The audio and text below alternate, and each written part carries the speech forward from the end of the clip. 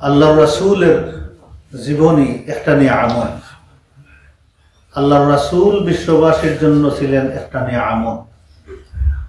ওই মুসলমান যে মানলো অথবা নাই মানলো, সবার জন্য আল্লাহর রাসূলের সিরা, আল্লাহর রাসূলের জীবনী, আল্লাহর রাসূল বিশ্ববাসীর জন্য নিয়ামত। কেউ মানক অথবা নাই মানক। কোরআনের মাহফিল, আল্লাহর রাসূলের মাহফিল, আল্লাহর রাসূলকে জানা, আল্লাহর রাসূলের চরিত্র জানা, আল্লাহর রাসূলের সুন্নত জানা, এমন মাহফিলগুলো সবচাইতে বরকতময় মাহফিল। যে মাহফিলে বসলেই, যে মাহফিলগুলোতে বসলেই ঈমান বাড়ে, আখিরাতের দিকে মানুষের মন ধাবিত হয়। আর যেই জিনিসের মধ্যে আমাদের সবচাইতে বেশি সফলতা, সেটি হচ্ছে গিয়ে কিতাবুল্লাহ, সুন্নতে রাসূলুল্লাহ, আল্লাহ রাসূলের জীবন। আমরা যখন শুরু করেছিলাম তখন আশা করিনি যে আল্লাহ তাআলা আমাদেরকে এই পর্যায়ে নিয়ে আসবেন। আল্লাহর মেহেরবানি, আল্লাহ সুবহানাহু ওয়া তাআলার দয়া, আল্লাহ সুবহানাহু ওয়া তাআলার মায়া। আল্লাহ সুবহানাহু ওয়া তাআলা আমাদেরকে ছোট্ট পরিসরে হলেও বিশাল সমুদ্র আমাদের পার হওয়ার কোনো কথা ছিল না। আপনারা যারা ধৈর্য ধরে বসতেছেন, আল্লাহ তাআলা যেন আপনাদেরকে আজরে আযীম দান করে। আমরা যে কথাগুলো এখানে বলি, একান্ত খুসুসান খালিসান আল্লাহ তাআলাকে খুশি করা, আল্লাহ রাসূলকে জানা, আল্লাহকে জানা, এই দিন জানার নিয়তে, এই উদ্দেশ্যে আমরা এখানে বসি এবং কথাগুলো শোনার চেষ্টা করি। আমরা এই সিরা আলোচনার মধ্যে বসে অথবা তাফসীরের মধ্যে বসে যে কোনো কারো ব্যক্তিগত ক্যারেক্টার নিয়ে আমরা কোনোদিন কোনো ক্রিটিসাইজ, সমালোচনা এগুলো করছি বলে আমাদের মনে নাই। জুমলাতান আমরা আলোচনা করি যে কালচার আমাদের সমাজে আছে, খারাপ কালচার, জুমলাতান আমরা আলোচনা করি যাতে সেখান থেকে লেসন নিয়ে আমরা আমাদেরকে সংশোধন করতে পারি ইন দ্য লাইট অফ কিতাবুল্লাহ, সুন্নতে রাসূলুল্লাহ, আল্লাহ রাসূলের সুন্নতের আলোকে। গত সেশনে আমরা আলোচনা করেছিলাম আল্লাহ রাসূলের দুনিয়া থেকে বিদায় হওয়ার আলামতগুলো নিয়ে। আল্লাহ কোরআনের মধ্যে বর্ণনা করেছেন, আল্লাহ রাসূল সাহাবা কেরামদেরকে বলেছেন মিশন শেষ, আল্লাহ রাসূল এখন দুনিয়া থেকে বিদায় হয়ে যাবে।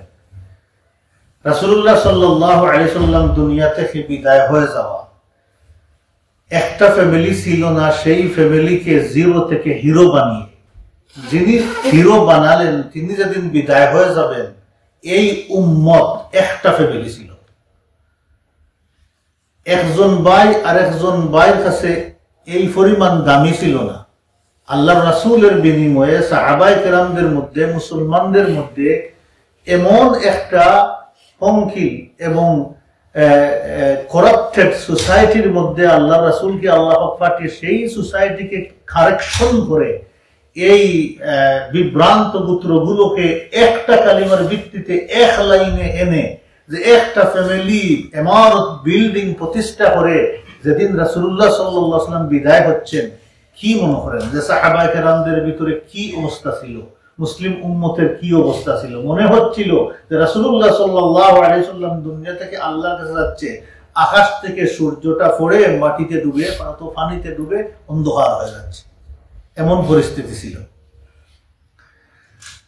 মানুষ দুনিয়াতে আসে এবং চলে যায়, চলে যাওয়ার আগে আল্লাহ সুবহানাহু ওয়া তাআলা কন্টিনিউ আলামত দিতে থাকেন। আমরা আগে আলোচনা করেছি, আমরাও আলামত পাই, আলামত ছাড়া হয় না। আল্লাহ পাক আল্লাহর হাবিবকে চট করে দুনিয়া থেকে নিতে পারতেন, কিন্তু দেখা যায় একদিন, 2 দিন, 3 দিন এইভাবে আলামত দিয়ে দিয়ে, আলোচনা করে করে, একটা রোগ দিয়ে, রোগ ব্যাধি দিয়ে, যন্ত্রণা দিয়ে এইভাবে আল্লাহ সুবহানাহু দুনিয়া থেকে নিবেন। হাযা সুন্নাতুর রাসূলিল্লাহ। আল্লাহ রাসূলকে আল্লাহ সুবহানাহু ওয়া তাআলা কোন রূপ দিয়ে দুনিয়া থেকে নিয়েছেন আমরা আগে আলোচনা করেছি। আল্লাহ রাসূলের স্পেসিফিক রূপ নিয়ে আলোচনা করে নাই। আজকে আমরা আলোচনা করব বিদায়াতুল মারদ, আল্লাহ রাসূলের রোগের সূচনা, কোন দিন থেকে আল্লাহ রাসূলের রোগ শুরু হয়েছিল। 11 হিজরি সফর মাস, সফর মাসের 29 তারিখ রাসূলুল্লাহ সাল্লাল্লাহু আলাইহি ওয়াসাল্লাম, এই দিন ছিল সোমবার। কিবার ছিল মনে রাখবেন, সোমবার। রাসূলুল্লাহ সাল্লাল্লাহু আলাইহি ওয়াসাল্লাম বাকি গুরুস্তানে গেলেন একটা জানাজাতে, বাকি মকবরাতে কবরস্থানে গেলেন একটা জানাজাতে। জানাজা শেষে রাসূলুল্লাহ সাল্লাল্লাহু আলাইহি ওয়াসাল্লাম ফিরতেছিলেন। ফিরার সময় রাস্তাতেই আল্লাহর রাসূলের প্রচন্ড মাথা ব্যথা করল। বলে রোগের সূচনাটা কি? মাথা ব্যথা। কোথায় গিয়েছিলেন? বাকি গুরুস্থানে। সেখান থেকে ফিরার পথে রাস্তাতেই আল্লাহর রাসূলের প্রচন্ড মাথা ব্যথা করছে এবং আল্লাহর রাসূলের শরীর ভয়াবহ গরম হয়েছে। কি পরিমাণ গরম আমরা পরে আলোচনা করব। আল্লাহর রাসূলের মাথাতে পট্টি বাঁধি দেওয়া হয়েছিল যাতে এই কাপড়টা ভিজাইয়া কয়েক পল্লার পট্টি দেওয়া হয়েছিল আল্লাহর রাসূলের মাথাতে। তো সাহাবায়ে কেরামগণ, আয়েশা রাদিয়াল্লাহু তাআলা আনহা বর্ণনা করছেন যে সাহাবায়ে কেরামগণ আসি আল্লাহর রাসূলের মাথায় হাত দিতেন, পট্টির উপরেও হাত দিতে ভয় পাইতেন। এই পরিমাণ গরম হয়েছিল রাহমাতুল্লিল আলামিনের মাথা। ইমাজিন করেন আল্লাহর রাসূলের শরীরে কি পরিমাণ জ্বর এসেছিল, কি পরিমাণ মাথার বিষ আল্লাহর রাসূলের হয়েছিল। বলা হয়েছে যে ফাওকাল ইসাবা, যে এই যে বাধা ছিল টারবানের মতো, সেইটার উপরেও আগুন আগুন মনে হচ্ছিল, যে এই পরিমাণ গরম হয়েছিল আল্লাহর রাসূলের শরীর। মা আয়েশা রাদিয়াল্লাহু তাআলা আনহা বলতেছেন, বাকি থেকে রাসূলুল্লাহ সাল্লাল্লাহু আলাইহি ওয়াসাল্লাম ফিরে এসে আমাকে দেখলেন যে আমি মাথা ব্যথায় কাতরাইতেছি, আমারও মাথা ব্যথা করতেছে। আল্লাহ রাসূল আমাকে দেখলেন, আল্লাহ রাসূল আমাকে বললেন, আয়েশা তোমার কি হয়েছে? আমি বললাম, হায় আমার মাথা ব্যথা, অর্থাৎ আহারে কত যে আমার মাথা ব্যথা করছে।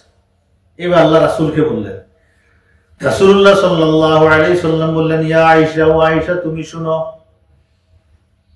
তোমার নয়, তোমার চাইতে বহু গুণ মাথা ব্যথা আমার ধরছে, তোমার চাইতে বহু গুণ মাথা ব্যথা আমার ধরছে। সাহাবায়ে কেরামগণ আল্লাহ রাসূলের কাছে এসে বলতেন, ইয়া রাসূলুল্লাহ, আপনার তো মনে হয় জ্বর অনেক বেশি। আল্লাহ রাসূল বলতেন, হ্যাঁ তোমাদের চাইতে অনেক বেশি। আমার জ্বরকে তোমাদের দুইজন মানুষের শরীরে দিলে দুইজন জায়গাত মারা যাবে। এই পরিমাণ মাথা ব্যথা, এই পরিমাণ জ্বর আল্লাহ রাসূলের ছিল। তো সাহাবী বলছেন, ইয়া রাসূলুল্লাহ, তাহলে আপনাদের পরীক্ষা তো কঠিন। আল্লাহ রাসূল বললেন, আশাদ্দুল বালা আল আম্বিয়া, আল্লাহ সবচাইতে কঠিন পরীক্ষা কাকে দেন? নবী রাসূলদেরকে দেন, আম্বিয়াদেরকে দেন, এর চাইতে বড় পরীক্ষা নাই। তখন তিনি বললেন, ইয়া রাসূলুল্লাহ, আজরও তো বেশি। আল্লাহ রাসূল বললেন, হ্যাঁ আজরও বেশি আমাদের। তাহলে যার উপরে যত বেশি মুসিবত আসে তত বেশি আজর পায়। আজর পাওয়ার কারণটা কি? উনি মুসিবতের মধ্যে আছেন, আর সূত্রটা কি? সবর করতে হবে। বিপদ আসছে আল্লাহর পক্ষ থেকে, তখন সবরে জামিল আতা করতে হবে, সবরে জামিল ধরতে হবে, তাহলে কি সওয়াবও বেশি। আয়েশা রাদিয়াল্লাহু তাআলা আনহা পরে বললেন, রাসূলুল্লাহ সাল্লাল্লাহু আলাইহি ওয়াসাল্লাম আমাকে বলেছেন, ও আয়েশা, তোমার যে মাথা ব্যথা ধরছে, মাথা ব্যথা কাতরাইতেছো, কোনো অসুবিধা নাই। তুমি যদি আমার আগে মারা যাও, তাহলে আমি তো রাসূলুল্লাহ আছি দুনিয়াতে, আমি রাসূলুল্লাহ তোমার কবরে যাওয়ার সকল ব্যবস্থা আমি নিজ হাতে করব। আল্লাহর রাসূল বললেন, আমি নিজ হাতে তোমাকে কাফন পরাবো, আমি রাসূলুল্লাহ তোমার জানাজা পড়াবো, আমি রাসূলুল্লাহ নিজ হাতে তোমাকে কবরে রাখবো। তুমি তোমার অসুবিধা কোথায়? তুমি খুশি থাকো। উম্মাহাতুল মুমিনিন আয়েশা রাদিয়াল্লাহু তাআলা আনহা বললেন, ইয়া রাসূলুল্লাহ, আল্লাহর কসম করে বলতেছি, আমার মনে হয় আমি যদি মারা যাই আপনার হাতে, আপনি আমাকে কাফন দাফন করে বাসায় ফিরে আসে আপনার অন্য কোনো বিবিকে নিয়ে আপনি বাসর ঘর করবেন আমার ঘরে। আয়েশা রাদিয়াল্লাহু তাআলা আনহা বলতেছেন, আমার এই কথা শুনে এত কষ্টের মধ্যেও ফাতাবাসসামা রাসূলুল্লাহ, রাসূলুল্লাহ সাল্লাল্লাহু আলাইহি ওয়াসাল্লাম মুস্কি হাসি দিলেন।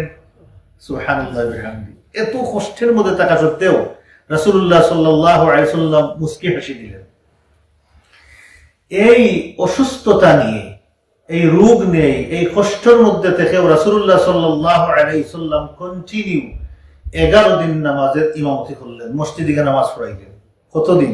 11 দিন। আর এই রোগের ডিউরেশন ছিল 13 থেকে 14 দিন। আল্লাহ রসুল দুনিয়াতে ছিলেন এই রোগের পর থেকে 13 অথবা 14 দিন দুনিয়াতে ছিলেন। আল্লাহ রাসূলের জীবনের শেষ সপ্তাহ দুনিয়াতে আল্লাহ রাসূলের অসুস্থতা কন্টিনিউ বাড়তেছে। এই ধরনের তাপ আসলে, জ্বর আসলে, মাথা ব্যথা আসলে যদি একদিন দেখেন পরের দিন কি অবস্থা হবে বুঝাই তো যায়। শরীরকে ক্রাশ করে ফেলতেছে, আল্লাহ রাসূল দুর্বল হচ্ছেন, কন্টিনিউ অসুস্থতা বাড়তেছে। এই অসুস্থতা বাড়া সত্ত্বেও রাসূলুল্লাহ সাল্লাল্লাহু আলাইহি সাল্লাম যে আদিল ইনসাফকারী, তার বাস্তব নমুনা নিজের ফ্যামিলিতেই প্রতিষ্ঠা হয়ে গেছে।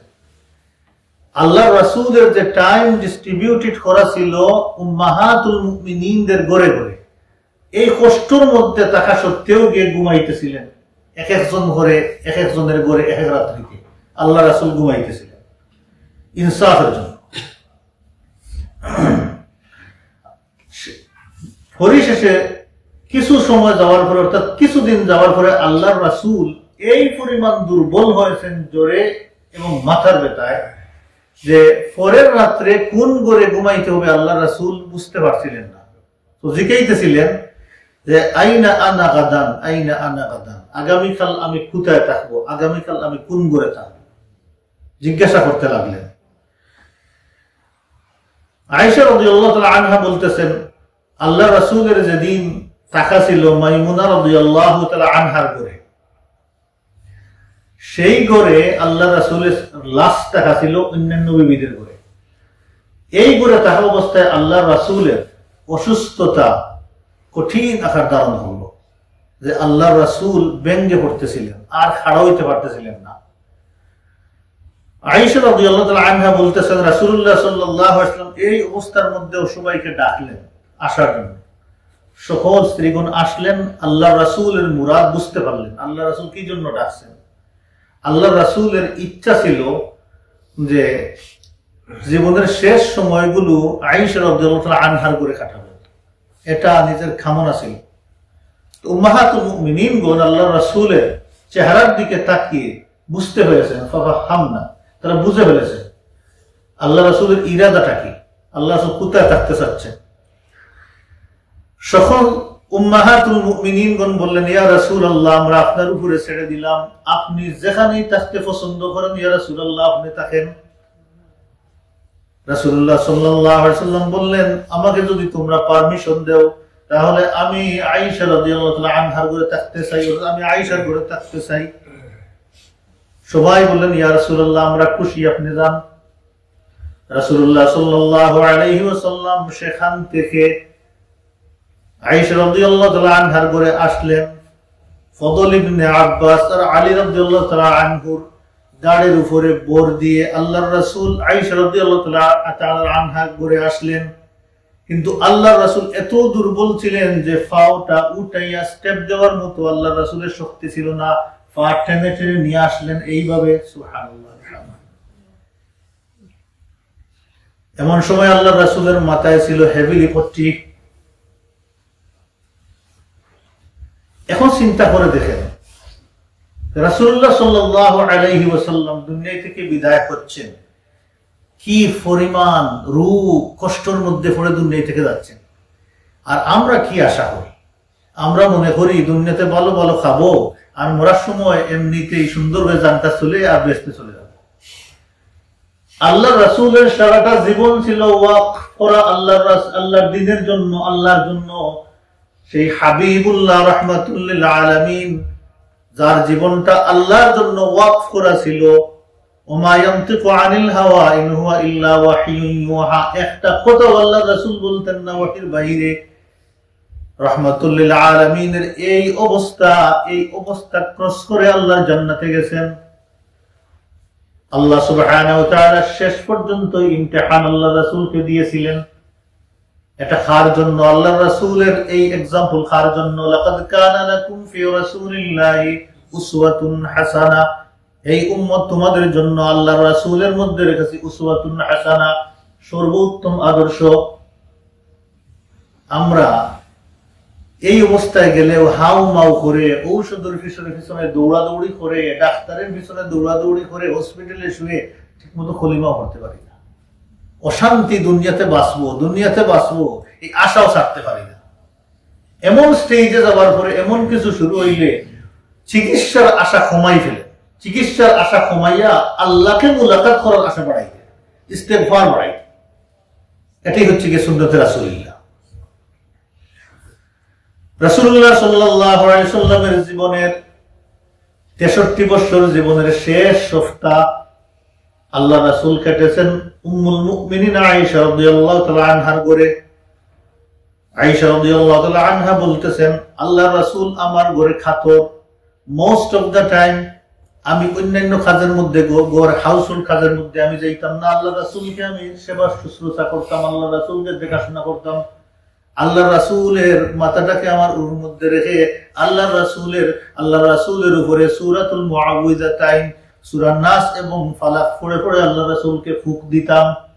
আমি আল্লাহ রাসূল থেকে যে দোয়াগুলো শিক্ষা করেছিলাম সেই দোয়াগুলো পড়ে পড়ে আল্লাহ রাসূলের উপরে আমি ফুঁক দিতাম। আর রাসূলুল্লাহ সাল্লাল্লাহু আলাইহি ওয়াসাল্লামের হাত মুবারকটা উঠাইয়া আমার শরীরে বুলাইতাম, বারাকাতান, এই আশায়, রাজা আল বারাকা, আমি যাতে আল্লাহ রাসূলের মুবারক হাতের মাধ্যমে আমি বরকত পাই, এই জন্য আমি এটা করতাম। আল্লাহ সুবহানাহু ওয়া তাআলা এই রহমত, এই নিয়ামতটা আল্লাহ সুবহানাহু ওয়া তাআলা উম্মুল মুমিনিন আয়েশা রাদিয়াল্লাহু আনহাকে দিলেন। বলেন তো কেন দিলেন? দুইটা বিবাহর আল্লাহ রাসূলের ঘটক ছিলেন ডাইরেক্ট আল্লাহ সুবহানাহু ওয়া তাআলা। মনে আছে তো, আমরা অনেক আগে আলোচনা করেছিলাম। একটা হচ্ছে যায়নাব রাদিয়াল্লাহু আনহা, ঘটক ছিলেন কে? আল্লাহ। আর আয়েশা রাদিয়াল্লাহু আনহার ঘটক ছিলেন আল্লাহ। এই উম্মতের মধ্যে বড় বড় মুহাদ্দিসিনদের মধ্যে উম্মুল মুমিনিন আয়েশা রাদিয়াল্লাহু আনহা ওয়ান অফ দেম। আল্লাহ সুবহানাহু ওয়া তাআলা চুজ করেছিলেন উম্মুল মুমিনিন আয়েশা রাদিয়াল্লাহু আনহাকে এই উম্মতের বেনিফিটের জন্য। এই জন্য আল্লাহ রাসূলের কাছে নিয়ে আল্লাহ রাসূলের সাথে ক্লোজেস্ট যত হাদিস আছে, যত সুন্নত আছে, উম্মতের শিক্ষা আছে, সবগুলো প্রিজার্ভ করে জমা করে, উনি বয়সে কম ছিলেন, প্রখর মেধার অধিকারী ছিলেন, সেখানে প্রিজার্ভ করে উম্মতকে পাস করে দিয়েছেন। অন্যান্য বিবিগণ ছিলেন বয়সে অনেক বেশি, যার কারণে এই নিয়ামত আল্লাহ সুবহানাহু ওয়া তাআলা উম্মুল মুমিনিন আয়েশা রাদিয়াল্লাহু আনহাকে দিয়েছেন। দুনিয়ার মুনাফিক কাফির এদের দেখবেন সকল জ্বালা এই দুইটা বিবাহ নিয়ে, যত ব্লেম আছে দেখবেন এই দুইটা নিয়ে। আর এই দুইটাতে যখন তারা হাত দেয় তখন তাদের কপাল পড়ে।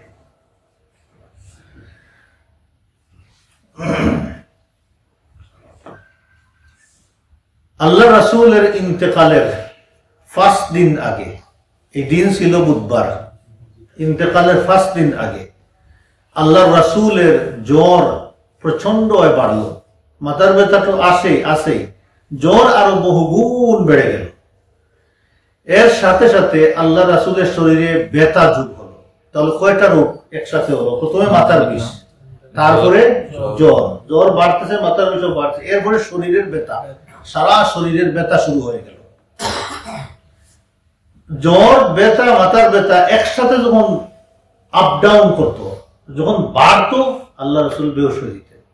বেহুশ হওয়ার সময় রাসূলুল্লাহ সাল্লাল্লাহু আলাইহি সাল্লাম সামনে যা পাইতেন সেটা ঠান দিয়ে মুখ ঘুরে ফেলতেন, আবার একটু আরাম হইলে সেটা সরাইতেন, একটু হুশ আসতো আল্লাহ রাসূলের, সেটা সরাইতেন। এইভাবে চলল।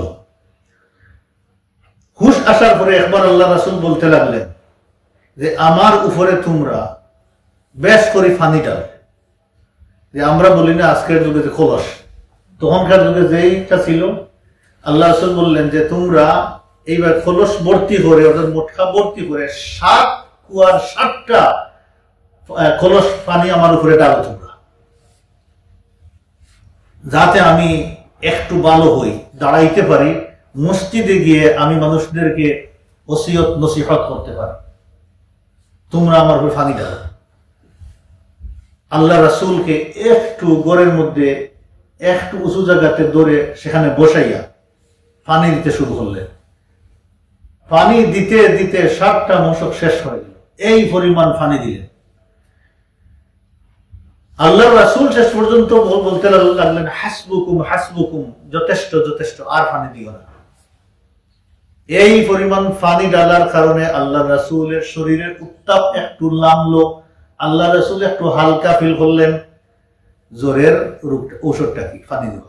আর আমরা সব পানি দিলে আবার ভয় পাই, পানি দিই না। জ্বর একটু আল্লাহ রাসূলের নামলো, আল্লাহ রাসূল হালকা ফিল করলেন, একটু খিফা আল্লাহ হালকা ফিল করলেন। রাসূলুল্লাহ সাল্লাল্লাহু আলাইহি সাল্লাম মসজিদে নববীতে প্রবেশ করলেন। আল্লাহ রাসূলের মাথায় ছিল পট্টি। আল্লাহ রাসূল সেখানে গিয়ে মিম্বরের উপরে বসলেন ও সাহাবায়ে কেরামগণ আল্লাহ রাসূলের চতুর্দিকে ঘেরাও করে বসলেন। ঘুরে ফিরে আল্লাহ রাসূলের চতুর্দিকে সাহাবায়ে কেরামগণ। রাসূলুল্লাহ সাল্লাল্লাহু আলাইহি ওয়াসাল্লাম আল্লাহ সুবহানাহু ওয়া তাআলার প্রশংসা করে সাহাবায়ে কেরামদেরকে নসিহত দিলেন। প্রথম কথা আল্লাহ রাসূল বললেন, فقال رسول الله صلى الله عليه وسلم لعنة الله على اليهود النصارى اتخذوا قبور انبيائهم مساجد। ইহুদি নাসারাদের উপরে আল্লাহ সুবহানাহু ওয়া তাআলার লানত। সর্বশেষ কথাগুলো খুব ভালো মাথায় রাখবেন। ইহুদি নাসারাদের উপরে আল্লাহ সুবহানাহু ওয়া তাআলার লানত, কারণ হচ্ছে তারা তাদের নবীদের কবরগুলাকে, কবরের পাশে গিয়ে তারা ইবাদত করত, কবরগুলাকে ইবাদতের সেন্টার বানাইতো, মসজিদ বানাইতো। যেখানে ইবাদত করা হয় সেটাকে বলা হয় মসজিদ। তারা সেখানে গিয়ে ইবাদত করে মসজিদ বানায়। আল্লাহর রাসূল বললেন, কাতালাল্লাহুল ইয়াহুদা ওয়ান নাসারা ইত্তাখাযু কুবুর আম্বিয়াইহিম মাসাজিদ। আল্লাহ ধ্বংস করুক ইহুদি নাসারাদেরকে, লানত তাদের উপরে। তারা তাদের নবীদের কবরগুলাকে উপাসনালয় বানাইলো, ইবাদতখানা বানাইলো। এই কারণে লা তাত্তাখিযু কবরি ওয়াসানান ইয়াবুদু। আল্লাহর রাসূল বললেন, খবরদার, আমার কবরের উপরে তোমরা প্রতিমা বানাইয়া ইবাদত বন্দেগীতে লিপ্ত হইও না। বুঝা গেছে পরিষ্কার বিষয়টা? আমার কবরের উপরে তোমরা কোনো প্রতিমা বানাইয়া ইবাদত বন্দেগীতে লিপ্ত হইও না। আল্লাহু আকবার। এটা জরুর ছিল। আল্লাহ রাসূল যদি এটা বলতেন না, দেখতেন আজকে সেখানে আল্লাহ রাসূলের চেহারায় কিছু বানাইয়া, যেমন রাজা বাদশাদের বানানো হয়, লিডারদের বানানো হয়, পলিটিক্যাল সেখানে বানাইয়া মানে ফুল দিয়ে কত কিছু করে, এইটা করতো মানুষ। এইটা বলা সত্ত্বেও এক পর্যায়ে মানুষ কাছাকাছি চলে গেছে, সেখানে গিয়ে ইবাদত বন্দেগী শুরু করে দেয়। আল্লাহ রাসূলের কবরের কাছে গিয়ে সালাম দিবে, ইবাদত বন্দেগী শুরু করে দেয়।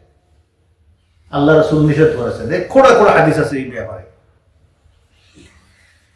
আয়েশা রাদিয়াল্লাহু তাআলা আনহা বলতেছেন, قال رسول الله صلى الله عليه وسلم في مرضه الذي لم يقم منه। আল্লাহর রাসূল অসুস্থতার মধ্যে পড়ে বলেছেন, যেই অসুস্থতায় আল্লাহর রাসূল মারা গেছেন, দুনিয়াতে আর ফিরে আসেন নাই অথবা ভালো হন নাই। আল্লাহর রাসূল এমন অসুস্থতার মধ্যে পড়ে বলেছেন, লাআনাল্লাহুল ইয়াহুদা ওয়ান নাসারা ইত্তাখাযু কুবুর আম্বিয়াইহিম মাসাজিদ। যেমন মসজিদে বলেছেন তেমন ঘরেও বলেছেন। ইহুদি নাসারাদের উপরে আল্লাহ সুবহানাহু ওয়া তাআলার লানত, তারা তাদের নবীদের কবরগুলোকে মসজিদ বানাইছে।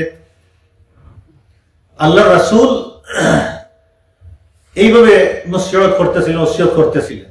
আরেকটা হাদিস উম্মুল মুমিনিন আয়েশা রাদিয়াল্লাহু তাআলা আনহা, আব্দুল্লাহ বিন আব্বাস রাদিয়াল্লাহু তাআলা আনহুমা, দুইজনই বর্ণনা করেছেন। রাসূলুল্লাহ সাল্লাল্লাহু আলাইহি ওয়াসাল্লামের যখন শরীরে অসুবিধা বাড়তো, আল্লাহর রাসূল একটা কাপড় বা চাদর সামনে পাইলে মুখ ঢাকতেন, বেহুশের মতো হয়ে যেতেন। একটু আরাম হইলে সেইটা সরাইতেন। এই অবস্থা করতেছেন। যতবার আল্লাহর রাসূল মুখ থেকে কাপড় সরাইলেন, ততবারই আল্লাহর রাসূল বলতে লাগলেন এই কথাগুলো, যে আগে কথাগুলো বলেছিলাম, লা'নাতুল্লাহি আলাল ইয়াহুদ ওয়ান নাসারা ইত্তাখাযু কুবুর আম্বিয়াইহিম মাসাজিদ। এইভাবে বলতেছিলেন। আর শেষ কথা ছিল, হাযযারু মা সানাউ। তারা যা করেছে তা থেকে তোমরা দূরে থাকবে, ওরা যা করেছে তা থেকে তোমরা দূরে থাকবে। এখন দেখেন, এখান থেকে একটা লেসন নেই আমরা। এই উম্মত কি করতেছে? দুনিয়াতে আর জায়গা পায় না, যত মাজার বানায়। মাজারে সেখানে গিয়ে বসে আশপাশে দেখবেন জিকির করে ইবাদত খানা বানায়। ইসলাম আসছে ইন্টেলেকচুয়ালি চেঞ্জ করার জন্য, মানুষদেরকে দুনিয়াতে চালাক বানানোর জন্য। মানুষ ক্লেভার হবে, ইন্টেলেকচুয়ালি সে গেইন করবে। আফালা ইয়াতাদাব্বারুনাল কুরআন। লাআল্লাহুম ইয়াতাযাক্কারুন, উলুল আলবাব, এই কথাগুলো মানুষ ভুলে গেছে যে জ্ঞানের জগতে সে ঊর্ধ্বে উঠবে। দুনিয়া তোমরা গেইন করবে, দিনও গেইন করবে জ্ঞান গরিমা দিয়ে। আর এটা হচ্ছে মুশরিকিনদের একটা কালচার, মুসলমানরা টেনে নিয়ে কবরের সাথে জোগাড় করে সেখানে গেছে, আর জোটা সোটা লাগাইয়া সেখানে গিয়ে বসে হু হা শুরু করছে দুনিয়াতে, আর ওখানে ওটা দিন বানিয়ে দিছে। এটা টোটালি দিনের অংশটা, এটা মুশরিকিনদের অংশ। আল্লাহ মাফ করুক আমাদেরকে। আপনারাও কোনোদিন এই সমস্ত যেই জায়গাতে যে মাজারকে কেন্দ্র করে মসজিদ হচ্ছে নামাজ পড়তে যাবেন না, নামাজ পড়তেও যাবেন না। বিয়ানী বাজার, মুকাম বাজার মসজিদের মাঝে গিয়ে একটা মসজিদ, এটা কবর। মানুষের কি আকল না? এটা উঠে এখানে ফেলায় না, সেখান থেকে অন্য কারণে গাড়ো, সেখান থেকে মাটি খুদাই করে নিয়ে যায়। চক বাজার মসজিদের মধ্যে ঢুকে সেখানেও একটা কবর, বিভিন্ন মসজিদের ভিতরে ভিতরে কবর। আর জায়গা পায় না নামাজ পড়ার, মসজিদ বানানো। আল্লাহ রাসূলের হাদিসগুলো খাস করে না মাথার মধ্যে তাদের। মুসলমানদের রিলেশন না, মুসলমানরা মাকবারাতে যাবে, জিয়ারত করবে, চলে আসবে, শেষ। এখানে ইবাদতখানা কেন হবে?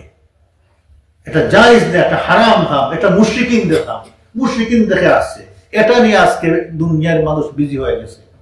আরব থেকে আজম পর্যন্ত সব জায়গাতে, ইভেন শেষ পর্যন্ত আল্লাহ রাসূলের কয়বরে নিয়ে এই ওসমানী অনেক খালিফারা এলাউড করেছিল, এই সমস্ত আকাম কুকাম শুরু হয়ে গেছিল। আল্লাহর হাবিবের এই জায়গাটা মুক্ত করে দিয়েছে এই হাদিসগুলোর কারণে। এটা হচ্ছে আমাদের লেসন। এই সবগুলো হাদিস, কারণ আল্লাহ রাসূলের জীবনের শেষের দিকের হাদিস সবগুলো বুখারী মুসলিমের অথেন্টিক সোর্সের হাদিস। রাসূলুল্লাহ সাল্লাল্লাহু আলাইহি সাল্লাম সেই দিন খুতবা দিয়ে বললেন, নিজেকে মানুষের কাছে এই পরিমাণ সুপর্দ করে দিলেন কিসাস নেওয়ার জন্য।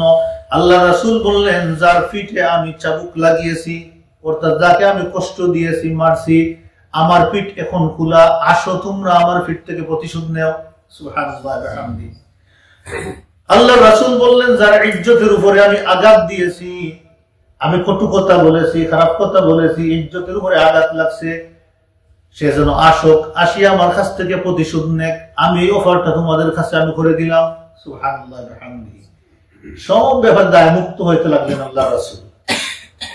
এখন কে আসি আল্লাহ রাসূলের কাছ থেকে প্রতিশোধ নিবে? রাসূলুল্লাহ সাল্লাল্লাহু আলাইহি ওয়াসাল্লাম তারপরে যোহরের সময় হয়ে গেল, মিম্বর থেকে নামলেন, যোহরের নামাজ পড়াইলেন, ইমামতি করলেন। তারপরে আবার মিম্বরের উপরে আল্লাহ রাসূল উঠলেন এবং আগের কথাগুলোর সাথে, পূর্ববর্তী কথার সাথে আল্লাহ রাসূল আরো কিছু কথা অ্যাড করে দিলেন। হিংসা বিদ্বেষ সম্পর্কে আল্লাহ রাসূল কিছু কথা বললেন, আর সামাজিক অন্যান্য বিষয় সম্পর্কে আরো কিছু নসিহত দিলেন। তারপরে রাসূলুল্লাহ সাল্লাল্লাহু আলাইহি ওয়াসাল্লাম লোকদেরকে বললেন, তোমরা দাঁড়াও, তোমাদের কোনো দাবি থাকলে তোমরা বলো। তখন এক ব্যক্তি দাঁড়িয়ে বললেন, ইয়া রাসূলুল্লাহ, ইনদাকা সালাসাতু দারাহিম, আপনার কাছে আমার 3 দিরহাম পাওনা আছে। কয় দিরহাম? 3 দিরহাম। আল্লাহ রাসূল বললেন, ও ফদল ইবনে আব্বাস, তুমি তার 3টা দিরহাম দিয়ে দাও। চাচাতো ভাই ছিলেন, বললেন, ইয়া রাসূল, তুমি 3 দিরহামটা দিয়ে দাও।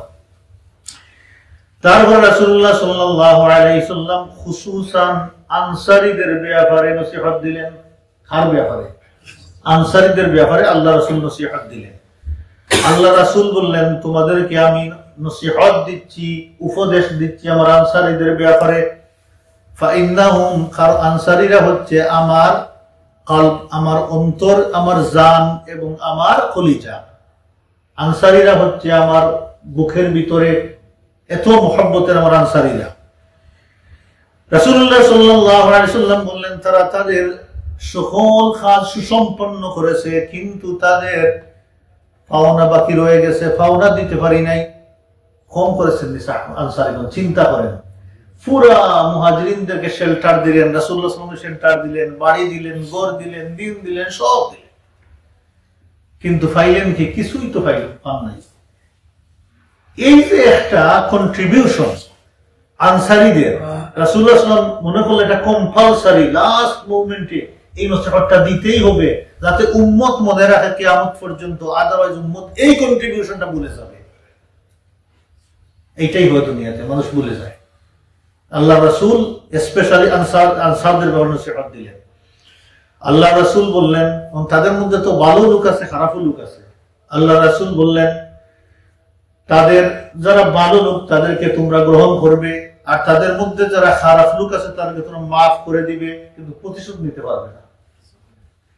মাফ করে দিবে, প্রতিশোধ নেওয়া যাবে না। আল্লাহ রাসূল বললেন, দুনিয়াতে মানুষ বাড়বে কিন্তু আমার আনসারীরা বাড়বে না, কমতে থাকবে।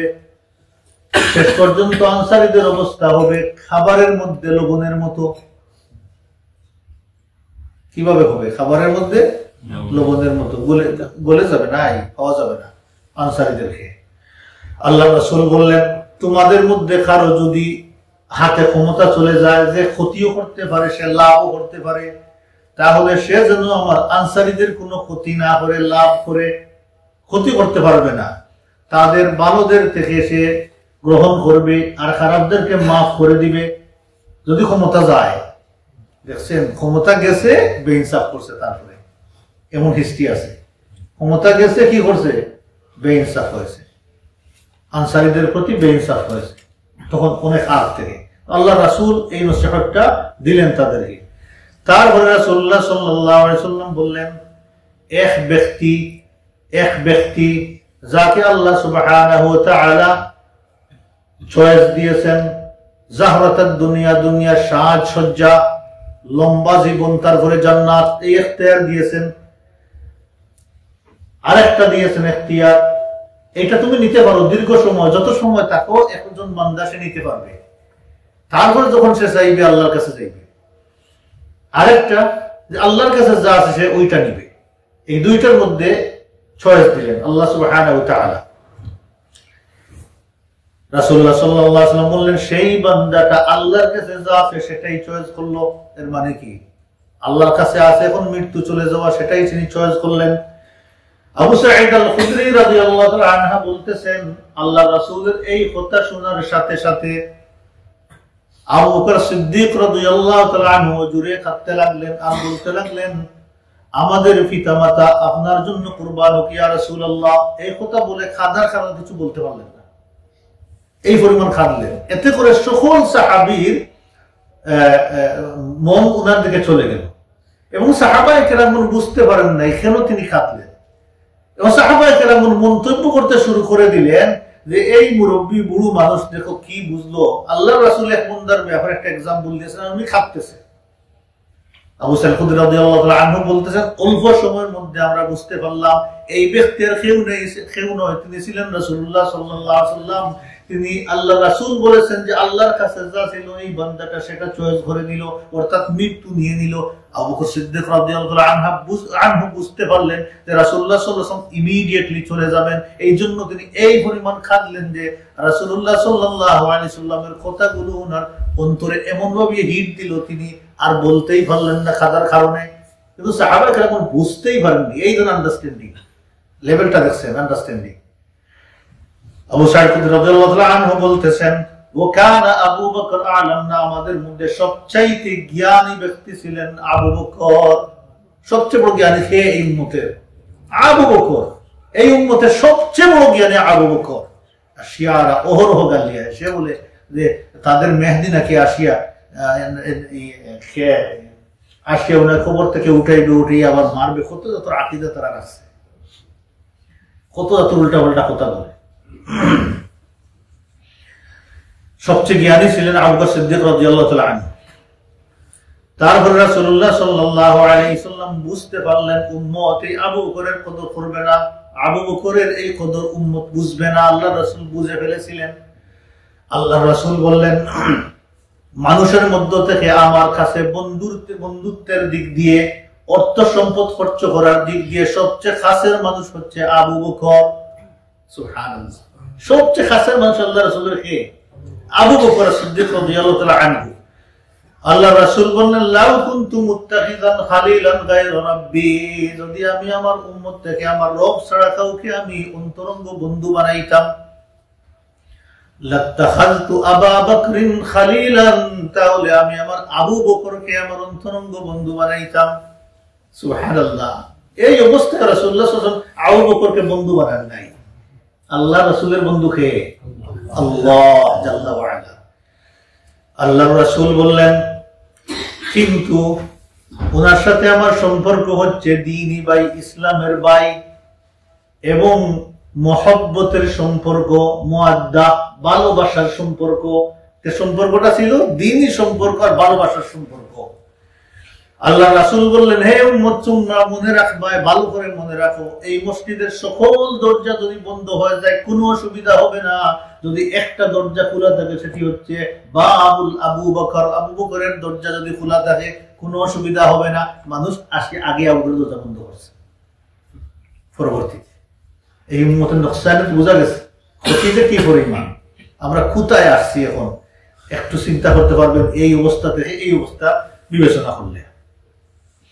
জুনদুব ইবনে আব্দুল্লাহ আল-বাজালি রাদিয়াল্লাহু তাআলা আনহু বলতেছেন, আমি রাসূলুল্লাহ সাল্লাল্লাহু আলাইহি সাল্লামকে বলতে শুনেছি ইন্তেকালের মাত্র 5 দিন আগে, কয়দিন আগে? মাত্র 5 দিন আগে আল্লাহ রাসূল বলতেছেন, ইন্নী আবরাহু ইলাল্লাহি আন ইয়াকুনা লি মিনকুম খালিল, আমি আল্লাহর কাছে একদম পরিষ্কার হয়ে, মুক্ত হয়ে, বাড়ি হয়ে ঘুরতেছি, আল্লাহর দিকে ফিরে যাচ্ছি, খালি হয়ে আল্লাহর দিকে ফিরে যাচ্ছি। যে আমার কোনো খালিল নাই এই দুনিয়াতে, আমার কোনো অন্তরঙ্গ বন্ধু নাই এই দুনিয়াতে, একমাত্র আমার অন্তরঙ্গ বন্ধু হচ্ছেন কি আল্লাহ জাল্লা ওয়া আলা। এইভাবে আমি আল্লাহর কাছে ফিরে যাচ্ছি। ফাইনাল্লাহ ক্বাদ ইত্তাখাযানি খালিলান, কারণ আল্লাহ আমাকে বোজন ফ্রেন্ডস হিসাবে, অন্তরঙ্গ বন্ধু হিসাবে আল্লাহ আমাকে গ্রহণ করেছেন। অতএব আমার কাউকে আমি দুনিয়া থেকে, মানুষ থেকে, উম্মত থেকে কাউকে আমি অন্তরঙ্গ বন্ধু বানাইনি। কামা ইত্তাখাযা ইব্রাহিম খালিলান, যেভাবে আল্লাহ সুবহানাহু ওয়া তাআলা ইব্রাহিম আলাইহিস সালাতু ওয়াস সালামকে অন্তরঙ্গ বন্ধু বানিয়েছিলেন।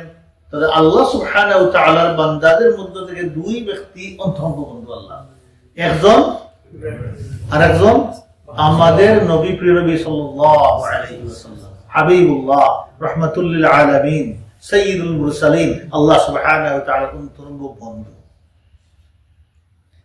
আল্লাহকে গালি দিলেও আল্লাহ এই পরিমাণ রাগ করেন না, আল্লাহর হাবিবকে গালি দিলে যে পরিমাণ আল্লাহর রাগ ওঠে, গুসা আসে।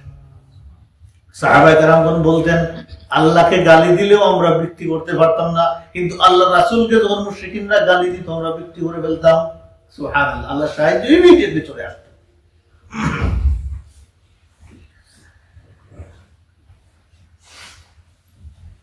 আল্লাহ রাসূল বললেন, যদি আমি আমার উম্মতের মধ্য থেকে কাউকে অন্তরঙ্গ বন্ধু বানাইতাম, লাত্তাখাযতু আবা বকরিন খালিলান, তাহলে এক ব্যক্তিকে বানাইতাম, তিনি হচ্ছেন আবু বকর। আবু বকরকে অন্তরঙ্গ বন্ধু বানাইতাম। আল্লাহ রাসূল বললেন, আলা, হে আমার উম্মতেরা, তোমরা সাবধান, সতর্ক থাকো। তোমাদের আগে যেই জাতি দুনিয়া থেকে বিদায় হয়ে গেছে তাদের বদঅভ্যাস ছিল ইয়াত্তাখিযুনা কুবুর আম্বিয়াইহিম মাসাজিদ। নবীগণ দুনিয়া থেকে বিদায় হওয়ার পরে প্রত্যেক নবীর কবরের কাছে তারা গিয়ে ইবাদত বন্দেগী করত, ইবাদত খানা বানিয়েছিল। তোমরা সতর্ক থাকো হে আমার উম্মতেরা, তোমরা আমার কবরকে তোমরা ইবাদত খানা বানাইও না, আমাদের কবর পাশে, আমার কবরের পাশে গিয়ে তোমরা ইবাদত বন্দেগী করিও না। ইন্নী আনহাকুম আন যালিক, এমন কাজ করতে তোমাদেরকে আমি নিষেধ করছি। কে বলেছেন? রাসূলুল্লাহ সাল্লাল্লাহু আলাইহি ওয়াসাল্লাম নিষেধ করে গেছেন, এই কাজ তোমরা করিও না। আল্লাহ রাসূল বলছেন, তোমরা আমার উপরে সালাম পাঠাও, আমার কবরস্থানের কাছে গিয়ে তোমরা সালাম দিও। হ্যাঁ, সালাম দেওয়া যাবে, কিন্তু সেখানে গিয়ে বসে লং টাইম কোরআন তিলাওয়াত, ইবাদত, এগুলো ঠিক না। মনে রাখবেন, আমরা আমাদের পিতামাতার কবরে যাই, সেখানে গিয়ে সালাম দিয়ে দোয়া করে আমরা চলে আসবো। সেখানে বসে বসে লং টাইম কোরআন তিলাওয়াতের কোনো দরকার নেই। মসজিদে এসে কোরআন তিলাওয়াত করবেন, দোয়া করবেন।